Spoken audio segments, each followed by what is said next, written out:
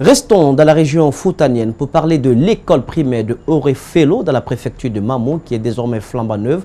C'est une œuvre de l'amicale des anciens élèves de Orefelo qui a investi plus de 350 millions de francs guinéens dans la rénovation de cette école qui était presque en ruine. Mamadou Saliouba, Yacouba Traoré.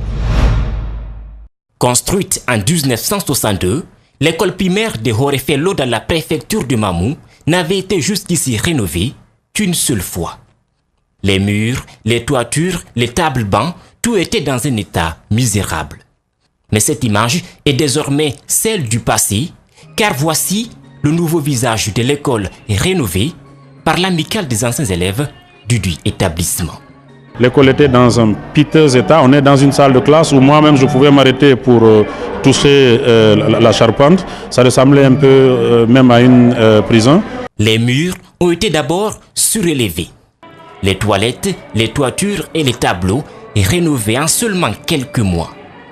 Tout est parti d'un simple constat fait par le donateur principal. Le matin du 4 février, jour de l'élection communale, il y avait un bureau de vote où je devais accomplir mon devoir civique. C'était dans l'enceinte de cette école. Mais je n'y venais pas il y a longtemps. Donc quand je suis rentré dans l'enceinte, j'ai vu l'état dans lequel l'école était. Ça n'a pas pu arrêter mes larmes. Je me suis mis derrière une salle de classe ici pour verser quelques larmes. Alors débute le chantier et pas qu'une simple rénovation. L'amicale des anciens élèves de Orefelo a aussi offert une centaine de tables-bancs à l'établissement. Enseignants, élèves sortaient poussiéreux. Mais maintenant, l'image de l'école a changé. La population de Mamou, par ma voix, vous en est sincèrement reconnaissante. Soyez-en remerciés. Nous prions Dieu que tous les autres jeunes suivent leur exemple pour qu'ensemble nous entreprenions d'autres chantiers qui interpellent les filles et les fils de notre communauté. L'amicale a offert des Corans à ceux qui se sont battus pour l'éducation des enfants de Orefelo. Plus de 350 millions de francs guinéens ont été mobilisés pour la rénovation de cette école. Child One Chance Zone, c'est le nom d'une ONG humanitaire qui vient d'offrir un don aux enfants démunis du centre d'accueil d'Imakane. C'était le dimanche dans l'enceinte du centre situé à Koya. Une manière pour la première responsable de cette ONG de redonner du sourire à ses orphelins. Mariam Fodé Kamara, Abakadine Kamara. C'est un don composé de riz, de vêtements pour les enfants, de jouets et de plusieurs autres objets permettant aux enfants de ce centre de s'épanouir. La donatrice explique sa motivation par la pitié qu'elle ressent en voyant les enfants démunis. Au fait, One Child, One Chance, depuis que je suis venue ici en 2012, le début, j'étais en voiture et je conduisais au carrefour Amdalaï. Et juste au carrefour, il y avait des enfants mendiants qui me sont venus, ils ont demandé de l'argent. Et j'ai sorti de l'argent, je leur ai donné. Et les enfants, ils ont couru vers ma voiture parce que apparemment je leur ai donné une somme à laquelle ils ne s'attendaient pas. Et dès lors, ils ont commencé à prier pour moi. Et comme vous voyez, je suis très émotionnelle.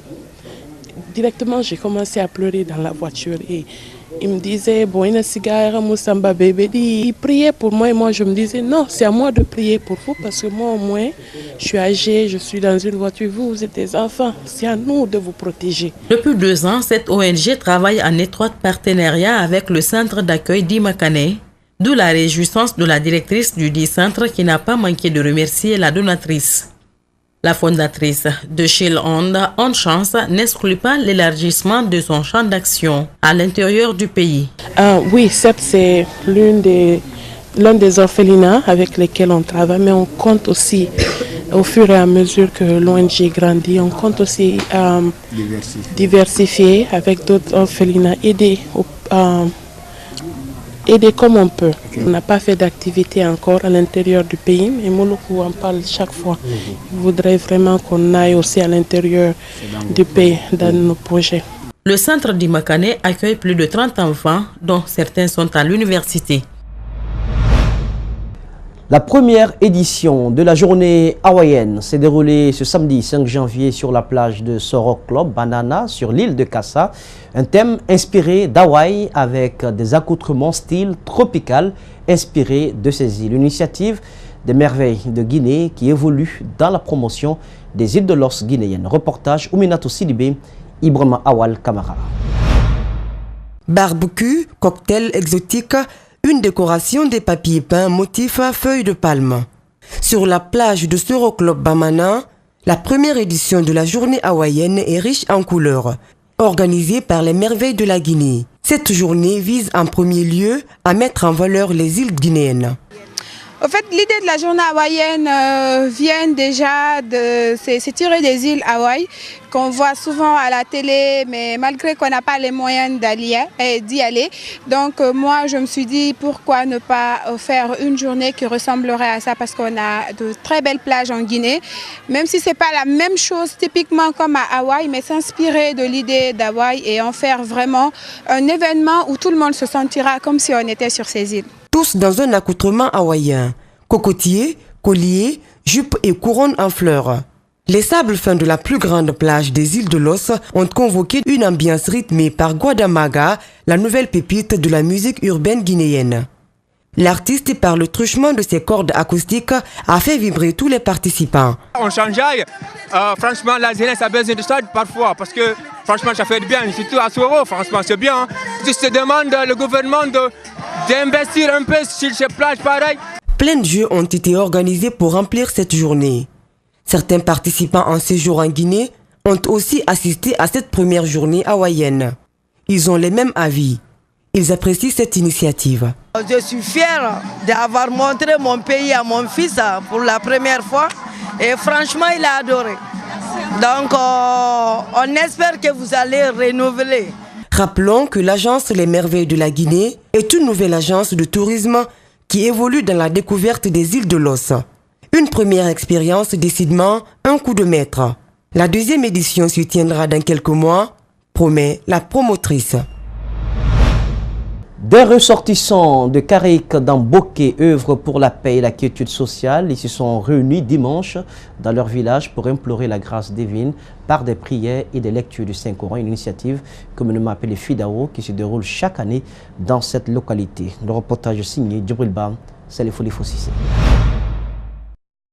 Situé à quelques kilomètres du centre-ville de Kamsar, le village de Caric est connu pour sa réputation dans le cadre de la promotion de la paix et de la quiétude sociale, et cela depuis les temps immémoriaux. Ici, habitants et ressortissants sont imbus dans la dévotion. J'en appelle, n'est-ce pas, les Guinéens à être ensemble, à s'accepter malgré nos différences, car le pays-là appartient à tous les Guinéens. Et chacun de nous doit contribuer pour l'épanouissement, pour le développement de ce pays. Les ressortissants sont nombreux à rallier la localité. Ce moment, comme il est de coutume, reste crucial pour eux. Le bénéfice qu'on tire de ça, il y a tout d'abord, la famille se retrouve, chose qui est très importante, qui n'est pas facile. Et également, ça nous permet de nous aimer entre nous. À travers ces prières-là, nous arrivons vraiment à consolider les liens de famille. Se comprendre, s'aimer, faire des prières pour toute la Guinée et particulièrement pour Caric Douadiabia. Caric, dans sa totalité, est un village religieux. Selon les sages, cette initiative est en quelque sorte une reconnaissance à l'endroit de leurs ancêtres qui ont beaucoup œuvré pour la localité.